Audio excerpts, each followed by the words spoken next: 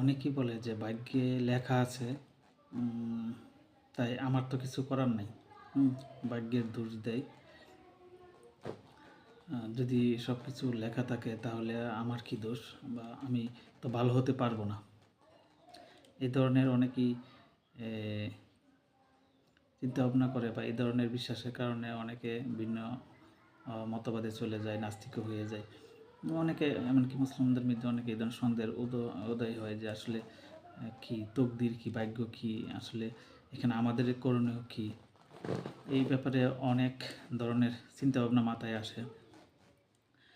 এগুলা আসার কারণ হলো, প্রথম তো এই ভাগ্য বা তকদির ব্যাপারটা একটু জটিল। এটা একটা পয়েন্ট। আরেকটা পয়েন্ট হলো, এই যে আল্লাহর কাছে অতীত, বর্তমান, ভবিষ্যৎ, বা তা আল্লাহর ক্ষমতা, এটা মানুষের সাথে তুলনা করলে হবে না। এই জিনিসটা আমরা এক করে ফেলি, মানে আল্লাহ যা যেভাবে বুঝে আমরা সেভাবে বোঝার চেষ্টা করি। এই জন্য আল্লাহর সাথে আমাকে মানুষ তুলনা করা যাবে না। মানুষের সীমাবদ্ধতা আছে, আল্লাহর কোনো সীমা নাই। এই দুইটা কাজ করা যাবে না। প্রথম কথা হলো, আল্লাহর সাথে মিলিয়ে আল্লাহ যা বুঝে যা করে ওইটার সাথে মিলানো যাবে না। কারণ মানুষ আল্লাহই সৃষ্টি করছে, মানুষ ক্ষমতা ওই রকম কোনো কিছু নাই যেটা সব সম্ভব। এই একটা কথা মাথায় রাখতে হবে। আর হলো, মানুষ যতই কিছু করুক, শেষ পর্যন্ত একটা কথা বলতে হয় যে আমরা সব কিছু আমাদের জ্ঞানে ধরবে না, বুঝে আসবে না। কোনো কোনো সময় এরকম হতে পারে। এই আর এরপরে আরেকটা বিষয় হলো যে মানুষ ভুল বোঝার কারণ আরও কিছু কারণ আছে। মানুষ সব কিছুকে একটা ক্যাটাগরিতে নিয়ে আসে, অথচ এখানে বিষয় হলো তিনটা। এবং কোনটার ক্ষেত্রে ভাগ্য ফিক্সড, পরিবর্তন হয় না, আর কোনটা পরিবর্তন হয়, আর কোনটা পরিবর্তনশীল, এই তিনটা বিষয় কিন্তু আলাদা। আমরা এক এক করে ফেলি, যার কারণে সব সমস্যার সৃষ্টি হয়। তাহলে ফিক্সড ভাগ্য কোনটা, যেটা নির্ধারিত, এটার পরিবর্তন হবে না, হয় না। এটা হলো জন্ম, মৃত্যু, তারপরে কেউ লম্বা হয়, খাটো হয়, কেউ সাদা হয়, কালো হয়, এগুলা ফিক্সড। এটা মানুষের কোনো হাত নাই। এখানে আল্লাহ কাকে কোন দেশে জন্মগ্রহণ করাবে, এই বৈশিষ্ট্যগুলো হলো ফিক্সড, এখানে মানুষের কোনো হাত নাই। এরকম আরও অনেক ব্যাপার আছে যেগুলা ফিক্সড। এবার হলো হালাল রিজিক এগুলা ফিক্সড। এই ক্ষেত্রে মানুষের কিছু করার নেই। এক একজনের পদমর্যাদা, পজিশন, হ্যাঁ, ধনী গরিব, এইগুলা ফিক্সড। এইসব ক্ষেত্রে ফিক্সড। তবে এই রিজিকের ব্যাপারে কিছুটা পরিবর্তন হয়। কোনো কোনো সময় রিজিক পরিবর্তন হয়, কম বেশি হতে পারে, পরিবর্তনশীল। কোনো কোনো সময় দোয়া কর্মের কারণে হতে পারে। তো ওইটার সাথে মেলানো যাবে না। কিছু আছে ফিক্সড, যেগুলো জন্ম, মৃত্যু, বা লম্বা খাটো, কালো সাদা, ছেলে মেয়ে, প্রতিবন্ধী, সুস্থ, মেধাবী, এই ধরনের কিছু ভেদাভেদ আছে। এবং সমাজে বিভিন্ন ধরনের মানুষ থাকবে। কিছু কৃষিকাজ করবে, কিছু শিল্প কারখানা হবে, তারপরে হলো কিছু যে কামার কুমার, মাঝি, দোপা, কেউ বিজ্ঞানী হবে, কেউ সমাজসেবক হবে, রাজনীতিবিদ, অর্থনীতিবিদ, এই ধরনের কিছু কিছু পজিশন থাকবে সমাজে। এটা হলো আল্লাহ সৃষ্টি করছে। এখন যদি সবাই একই ধরনের হয় তাহলে তো এখানে পরীক্ষা করার কোনো সুযোগ থাকবে না। মানুষ তো আল্লাহ পাঠিয়েছে ইবাদত এবং পরীক্ষা করার জন্য। এখানে আমরা আরেকটা ভুল করে থাকি। সবাই বলে মানুষ পাঠিয়েছে ইবাদতের জন্য, এটা ভুল। ইবাদত এবং পরীক্ষা করার জন্য, দুইটা উদ্দেশ্যে পাঠানো হয়েছে। তাহলে যদি আপনাকে সবাইকে যদি জমিদার বানিয়ে পাঠিয়ে দেয়, তাহলে এই যে তার একজন যে আরেকজনের উপর নির্ভরশীল, এই চাহিদাটাকে পূরণ করবে। এখন তো সবাই এক এক দেশ আরেক দেশের উপর নির্ভরশীল, পায় এক পরিবার আরেক পরিবারের উপর নির্ভরশীল। কারণ একটা মানুষ, যেমন আমি কাপড় পরে আসি, আমি কি কাপড় বানাইতে পারি? আমি তো কাপড় বানাইতে পারি না। এই যে চশমা, এটা কি আমি বানাইতে পারবো?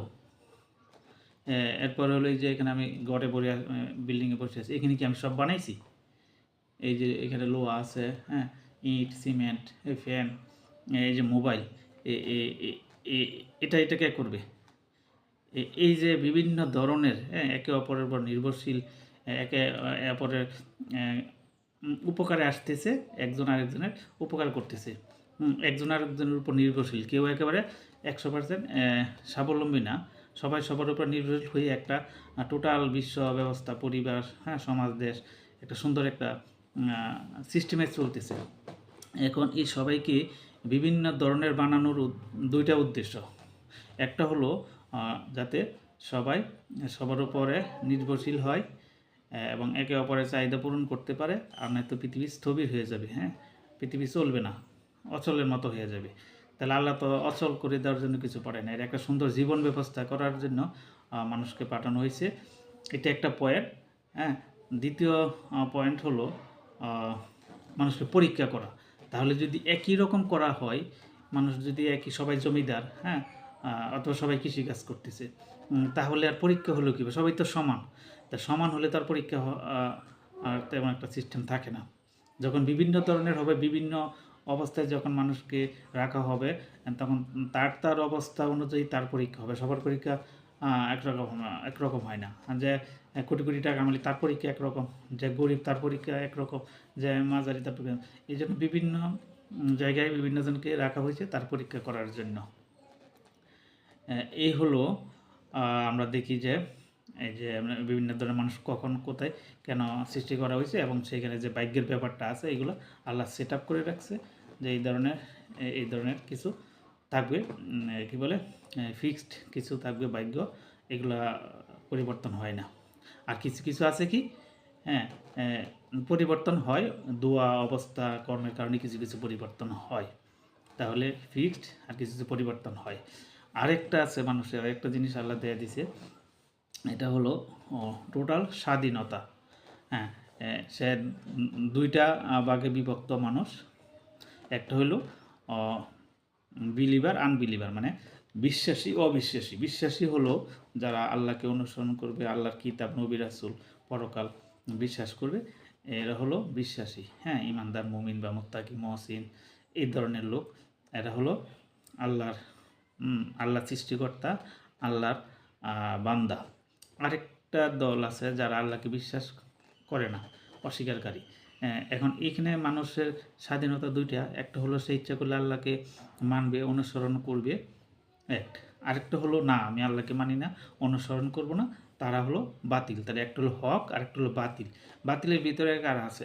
বাতিলের ভিতরে আছে মুশরিক, মূর্তি পূজারী, তারকা পূজারী, বা কাফের, মুনাফিক, হ্যাঁ হ্যাঁ এবং অন্য ইহুদি, নাসারা, ওরা এই ধরনের দুইটা ভাগ হয়ে গেলো। এখন দুইটা ভাগ কেন হয়েছে প্রথম থেকে একরকম, ওইটা আলাদা আরেকটা বিষয়। তবু বলি যে প্রথমে একটা ধর্ম ছিল, আদম আলাইহিস সালামের মাধ্যমে ইসলাম প্রথম, এখনও ইসলামী একটা ধর্মই। পরে এখান থেকে নিজেদের স্বার্থে, নিজের ব্যক্তিগত স্বার্থটা কি? আমার শরীর যা চায়, শরীরের চাহিদা পূরণ করার জন্য, এবং আমার মন যা চায় তা পূরণ করার জন্য, এবং আমি একটা ক্ষমতা, একটা পাওয়ার, একটা প্রভাব বজায় রাখার জন্য মানুষ এই একটা ধর্ম থেকে আলাদা হয়ে গেছে। এই তিনটা কারণে মানুষ আলাদা হয়ে আলাদা ধর্ম, মতবাদ তৈরি করছে। যাই হোক, ওটা বিষয় না। এখন হলো এই যে স্বাধীনতা, তাহলে স্বাধীনতা টোটাল দুইটা বিষয়ে আমাদের স্বাধীনতা আছে। গুরুত্বপূর্ণ বিষয়টা হলো স্বাধীনতা, সে কি আল্লাহকে বিশ্বাসী হবে কি না, হলে আল্লাহর পক্ষে, না হলে বাতিল, দুইটাই রাস্তা। এইখানে একটা বিষয়। আরেকটা বিষয় হলো স্বাধীনতা, এটা হলো সে ইচ্ছা করলে ভালো কাজ করতে পারবে, ইচ্ছা করলে খারাপ কাজ করতে পারবে। এখন এই ভালো কাজ, খারাপ কাজ, এটা যারা মুসলমান হয় এটা তাদের মধ্যেও আছে, আবার যারা বাতিলের পক্ষ, সেখানেও ভালো মন্দের ব্যাপার আছে। দুই জায়গায় মানুষের স্বাধীনতা আছে, ইচ্ছা করলে ভালো করতে পারবে, খারাপও করতে পারবে। এখন যদি এখানে আল্লাহ কখনো হস্তক্ষেপ করে না। কেউ যদি ভালো কাজ করে তাহলে আল্লাহ তাকে সাহায্য করে, ভালো দিকে নিয়ে যাবে। কেউ খারাপ কাজ করতে চাইলে সেখানেও সে যাইতে পারবে, সেই রাস্তা খোলা আছে। আল্লাহ এখানে কোনো হস্তক্ষেপ করে না। তবে এরপরও একটা সর্বোচ্চ লিমিট আছে, সেই পর্যন্ত আল্লাহ তাকে সুযোগ দেয় খারাপ কাজ করার। কারণ কেউ চাইলে তো সারা পৃথিবীটাকে ধ্বংস করে দিতে পারবে না। তার তো লিমিট আছে, সে একটা নির্দিষ্ট পর্যন্ত ক্ষতি করতে পারবে কারো, কিন্তু এটার সর্বোচ্চ একটা লিমিট আছে। তার যদি একেবারে সব কিছু ধ্বংস করে দেওয়ার মতো হয় তাহলে তো আর আল্লাহ থাকে না, তাহলে তো মানুষই সব কিছু মালিক হয়ে যায়, ওইটা পারবে না, এটা একটা লিমিট আছে।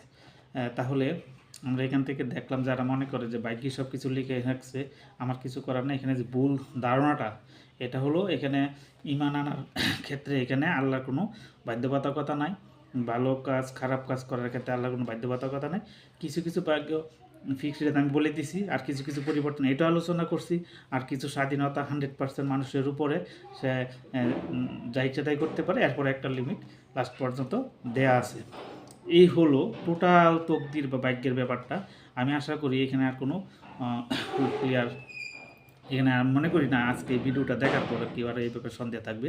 আরেকটা বিষয় হলো যদি কথার কথা যদি ভাগ্য বা এই সব বিষয় যদি ফিক্সড করে দিত, সব বিষয় যদি ফিক্সড করে দিত যে তাহলে এই এই কোরআন কেন আসছে, নবী রাসূল কেন আসছে, যদি ফিক্সড থাকতো তাহলে তো আসার দরকার ছিল। এই যে দাওয়াত তবলিগি কাজ নবী রাসূলরা করে গেছে, এখনও করতেছে, ইমানের পথে দাওয়াত দেওয়ার জন্য, এগুলো তো অর্থহীন হয়ে যায় যদি ফিক্সড হতো। তারপরে যদি ফিক্সড হতো তাহলে আল্লাহ যে প্রতি সেকেন্ডে সেকেন্ডে আল্লাহ এবং ফেরেশতা যদি হিসাব রাখতেছে, হিসাবের মাধ্যমে যে পরবর্তীতে জান্নাত জাহান্নাম হবে, তাহলে এটা তো অর্থহীন হয়ে যেত। যদি সব আগে সেট হয়ে যেত, তাহলে এই হিসাব কেন রাখতেছে আল্লাহ প্রতি মিনিটে মিনিটে সেকেন্ডে সেকেন্ডে, এবং এবং কিয়ামতের সময় হাশরের ময়দানে এই যে এই আমলনামা আল্লাহ দেখবেন কিসের জন্য, যদি ওখানে ফিক্সড করে রাখা হতো সব কিছু। এই জন্য সব কিছু ফিক্সড করে রাখা হয় নাই, কিছু কিছু আছে ফিক্সড করা, আর কিছু কিছু আছে এইভাবে, হ্যাঁ, মানুষের কর্মের উপরে। তাহলে টোটাল বিষয়টা হলো মানুষের কর্মের উপরে মানুষের জান্নাত জাহান্নামটা নির্ভর করে। হ্যাঁ, সে ইচ্ছা করলেই তো সেই ঈমান আনতে পারে, এখানে আল্লাহ তো কাউকে বাধা দিচ্ছে না। হ্যাঁ, কেউ যদি এখন আজকে একটা কাফির একটা মুশরিক নাস্তিক যদি বলে যে না আমি আজকে থেকে ঈমান আনলাম, তাহলে কি এখানে আল্লাহ তাকে কি আটকাবে না? হ্যাঁ, যে কেউ হতে পারে। হ্যাঁ, আগে হয়নি, এখন সে হতে পারে। আগে কাফের মুশরিক যাই হোক না কেন, ওটা অপরাধ আল্লাহ মাফ করে দিবি, ওইটা তো আল্লাহ বলছে। তাহলে এই কথা কেন বলবো আল্লাহ? কোরআনে আমরা দেখি যে 80% কথা হলো যে তোমরা ঈমান আনো ঈমান আনো। হ্যাঁ, 80% কথাবার্তা হলো ঈমান, দাওয়াত। তাহলে এই দাওয়াত এগুলা কেন? যদি ফিক্সড করে রাখা হয় তাহলে দাওয়াত দেওয়া যায়? আমি যদি একজন কাউকে চোখ বন্ধ করে যদি বলি যে সামনে দিয়ে বলি যে বলো তো এটা কী, তাহলে কি যুক্তিসঙ্গত হবে? তাকে চোখ খুলে দিয়ে তারপরে আমি বলতে পারি যে বলো তো এটা এখানে কোনটা কী। এখন চোখ বন্ধ করে আমি কি বলতে পারবো? আর আল্লাহ কি এই ধরনের কাজ করতে পারে যে কাউকে পরীক্ষা না করে সুযোগ না দিয়ে তাকে জান্নাতে দিবে? একজন বাংলাদেশে যদি একজন ভালো মানুষকে বলা হয় যে এই দুইটা লোকের মধ্যে একজন লোক সে জেলে বন্দি করে রাখবে, আরেকজন বাইরে ছেড়ে দিবে, একজনকে শাস্তি দিবে একজনের শাস্তি দিবে না। একজন ভালো মানুষ যদি হয় তাহলে সে এই অপরাধটা করবে না। হ্যাঁ, তাকে দুইজনকে সুযোগ দিবে, কে অপরাধী এটা পরীক্ষার জন্য এক সময় দিবে। কোনো পরীক্ষা না দিয়ে দুইজন মানুষকে এর মধ্যে একজনকে অপরাধী পরীক্ষা ছাড়াই শাস্তি দিবে। একজন আদালতে যখন বিচার হয়, সে একজন মানুষকে কোনো কারণ ছাড়াই এই জেলে দেয়, ফাঁসি দেয়। একজন মানুষ যেহেতু এই অপরাধটা করতে পারে না, অতএব মানুষের সাথে আল্লাহর তো কোনো তুলনা করা যায় না, এত দয়া মায়া ক্ষমাশীল। আল্লাহ কখনো এই শুধু শুধু কাউকে জাহান্নামী হিসেবে লিখবেন না বা জাহান্নামে দিবে না। ঠিক আছে, সহজ হিসাব। টোটাল বিষয় নির্ভর করতেছে মানুষের ইচ্ছার উপরে, মানে এই জান্নাত জাহান্নাম নির্ভর করতে কিছু মানুষের ইচ্ছার উপরে, আল্লাহর ইচ্ছার উপরে না। কারণ এটা গুরুত্বপূর্ণ একটা জিনিস, কাউকে জান্নামে দিবে না। আল্লাহ বলে দিয়েছে তুমি ঈমান আনলে, সহজ, সব কিছু তো বলে নাই। হ্যাঁ, বলছে ঈমান আনতে হবে, তারপরে ইবাদত, সৎকর্ম, মানুষের ক্ষতি না করা, এই কাজ করলে হবে। আর কিছু কিছু তো ফিক্স ওইটা আছে, ওইটার জন্য তো আর জান্নাত জাহান্নাম নির্ধারিত না। জান্নাত জাহান্নাম কি কেউ খাটো হয়েছে, কেউ কালো, হ্যাঁ, কেউ প্রতিবন্ধী, বা কেউ ছোট অভাবী গরিব, কেউ কোটিপতি, ওইটার সাথে কি জান্নাত জাহান্নাম নির্ধারিত? হ্যাঁ, এই যে ভেদাভেদ, উঁচু নিচু পার্থক্য মানুষের ভিতরে বিভিন্ন ধরনের একটু আলোচনা আগে তো আলোচনা করছি, ওইটার সাথে তো জান্নাত জাহান্নামের কোনো সম্পর্ক নেই। জান্নাত জাহান্নামের সম্পর্ক রয়েছে যারা ঈমান আনে আর যারা ঈমান আনে না, এটা হলো মেন। তারপরে হলো বড় বড় কবিরা গুনাহ, বড় বড় বিষয়, ওগুলোর উপরে জান্নাত জাহান্নাম নির্ভর করে। তাহলে এই জিনিসটা তো, যেটা জান্নাত জাহান্নামের সাথে জড়িত, ওইখানে তো টোটাল স্বাধীনতা মানুষের, এখানে তো আল্লাহর কোনো হস্তক্ষেপ নাই। আল্লাহ তা দেখবে যে দুনিয়াতে আসার পরে কারা ঈমান আনছে কারা আনে নাই। তাহলে এইরকম কখনো বলা যাবে না যে আল্লাহর কারণে আল্লাহ কিছু করে রাখছে, এই জন্য কেউ জান্নাতে গেছে, কেউ জাহান্নামে গেছে। ঠিক আছে, তাহলে বিষয়টা আশা করি ক্লিয়ার হয়েছে। আর এই আমার এই চ্যানেল থেকে সবসময় বিভিন্ন বিষয়ে এগুলো পোস্ট আকারে দেওয়া হবে, ভিডিও আপলোড করা হবে, এবং প্রশ্নোত্তর পর্ব, আলোচনা পর্ব, লাইভ প্রোগ্রাম ইনশাল্লাহ সামনে আসবে। এবং যে কোনো ব্যাপারে, হ্যাঁ, কোরআনের যে কোনো ব্যাপারে বা ইসলামের যে কোনো ব্যাপারে